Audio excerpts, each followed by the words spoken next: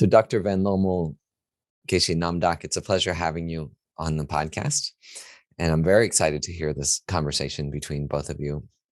And I'd like to just get right into it because there's such deep questions we're contemplating today. The first one's about consciousness, just to start easy. One of the great unsolved scientific questions is on the origin of consciousness, the fact that we have self-awareness. And there is a scientific materialist view that all consciousness originates in the brain, that it has a material cause. And that one day we'll actually be able to prove this. Right now, it's a belief, I guess it's a scientific belief. So Dr. van Lommel, to start with you, to what extent do you agree with this kind of scientific materialist view that all conscious experiences originate in the brain? I was raised with the idea, with the never proven hypothesis, that consciousness is a part of brain function. So that was what we learned on school, what we learned in medical school as well. And just because I've met a lot of people with a near-death experience, they share their death experience that they had during cardiac arrest. When we have cardiac arrest, we know now, we can discuss it later as well, there is no brain function left. So people lose consciousness, what we call clinical death. Because consciousness have no body reflexes, there's a function of the cortex of the brain. They have no brain stem reflexes, like the gag reflex, corneal reflex, widened pupils. They have no breathing. The breathing center is close to the brain stem. When you measure the blood flow to the brain, it's zero within 1 second. And when you measure the electrical activity of the brain, the EEG, it's zero flatline within 10 to 20 seconds. And at that very moment, people have an enhanced consciousness with cognition, with emotion, with memories from early childhood, with future events as well, meeting deceased relatives. And this is totally impossible according to our current materialist approach in science. So that's why we started. It started for me with scientific curiosity, that what I heard was not possible according to our current paradigm. It might be interesting to have Geshe Namdak come in here right away and talk about the Buddhist understanding of consciousness and how we might remain conscious when the blood and the brain activity stop in the way Dr. van Lommel is talking about. The Buddhist interpretation of consciousness is slightly different from what we have at the present in mainstream and neuroscience, because consciousness is not produced by the brain as such. It has a correlation. We say that consciousness is not matter, right? We have the world of matter, but we also have a world of consciousness. So consciousness is a different kind of aspect of a phenomena that is not considered as matter, although it has a correlation with brain and with brain function. And some scientists of the past also have indicated, even Penrose, for example, also indicated that the brain actually facilitates consciousness rather than causes consciousness to come about. There's one aspect. And in Buddhism, I think, if you look at the correlation between brain and consciousness, it can be two-way traffic. The brain can produce states of consciousness, and consciousness can produce, as we know in neuroplasticity, consciousness can produce to change the brain. So if in the research of OCD, obsessive compulsive disorder, especially that done by Jeffrey Schwartz, for example, you come to similar conclusions that if you train your mind, you can train your brain, right? But if you don't train your mind, then there's a possibility that the brain actually tells you what to do. So in that way, there's a correlation between a physical brain and what we actually call consciousness within the Buddhist context. It's not physical, it's not matter, although it has a correlation with matter. So we can measure the correlation or the interaction, so to say, but consciousness itself is still quite of a question mark in modern science. We totally agree. Yeah. So when we talk about the mind-brain relationship, I think the brain has a facilitating function or an interface function or even a filter function.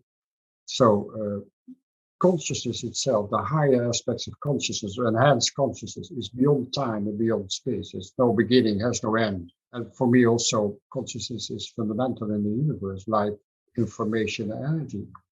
And the brain is just a receiving and a transmitting instrument. So it transmits information from your senses and your body into your consciousness. And you receive information from your consciousness into your brain and body.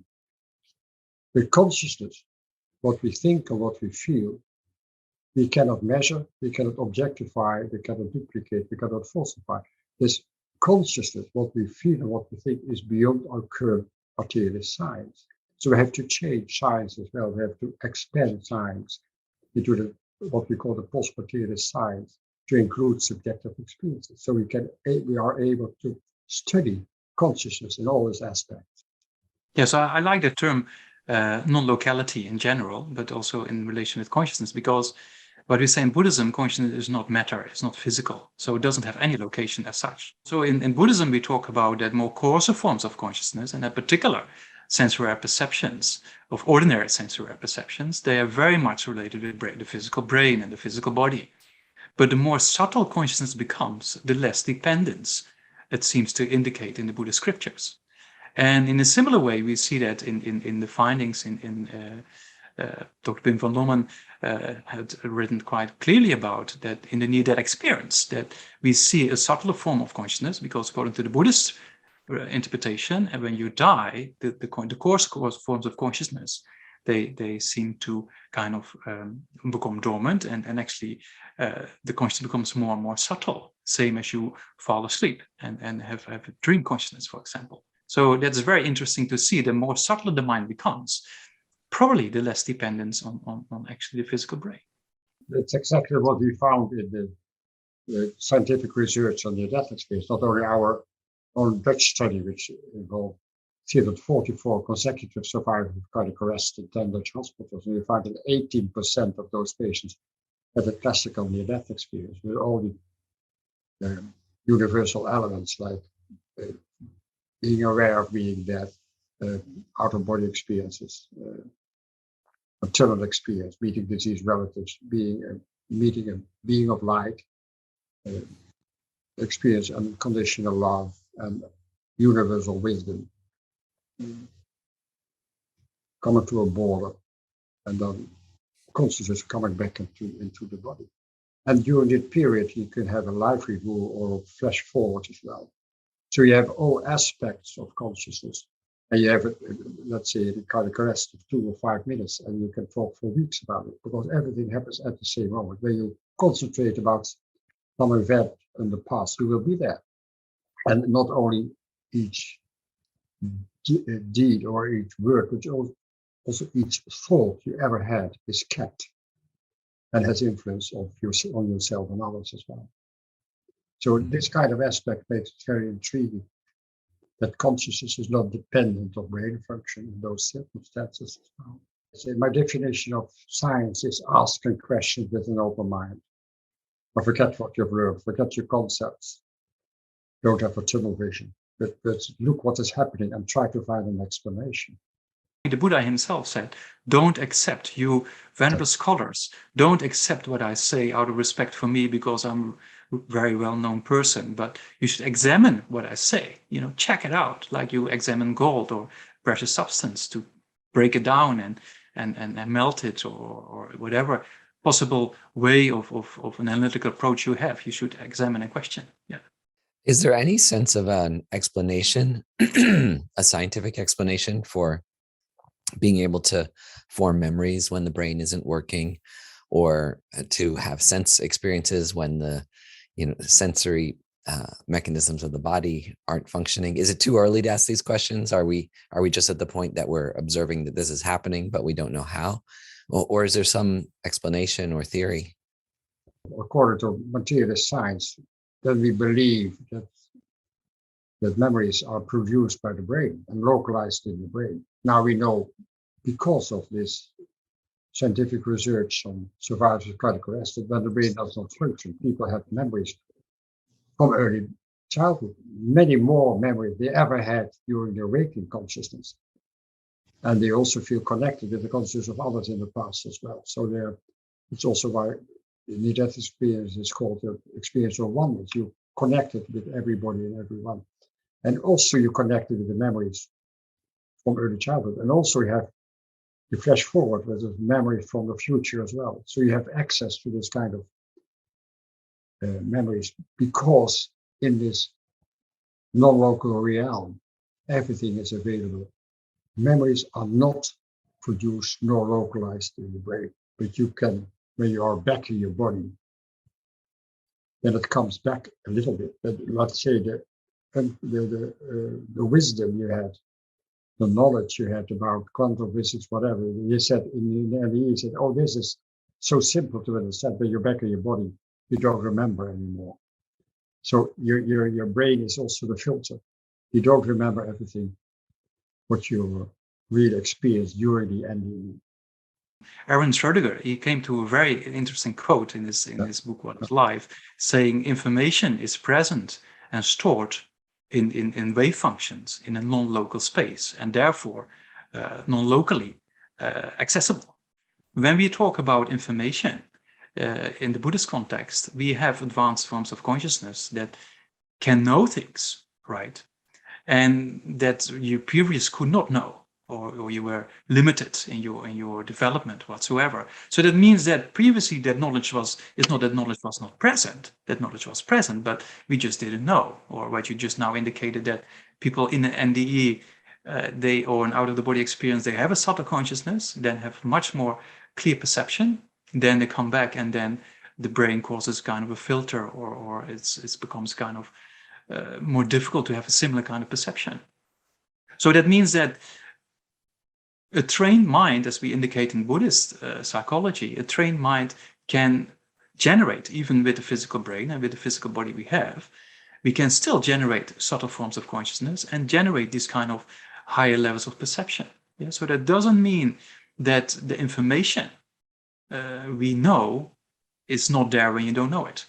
That quotation of Aaron Schrödinger is very interesting, that the information is present, is stored in the kind of a wave function, and in a non-local space, which is non-locally accessible, which is very, very Buddhist in one way, because we talk about consciousness not being non-local, and also the information or knowledge doesn't always have to be matter, doesn't always have to be something physical.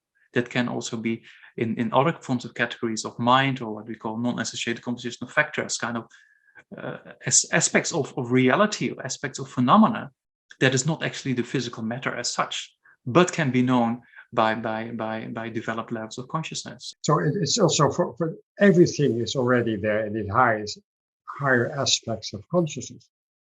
But we call, then a scientist like Einstein had a flash of insight about E's and C or the C6 molecule, etc. All comes as a flash of insight from the higher dimension of consciousness, and then you have to put it into words in this physical world, which is not easy at all. But everything is already there. Consciousness is primary, consciousness is fundamental, and what we perceive here in this physical world is dependent of our state of consciousness. And when we change the state of consciousness, we change the world as well.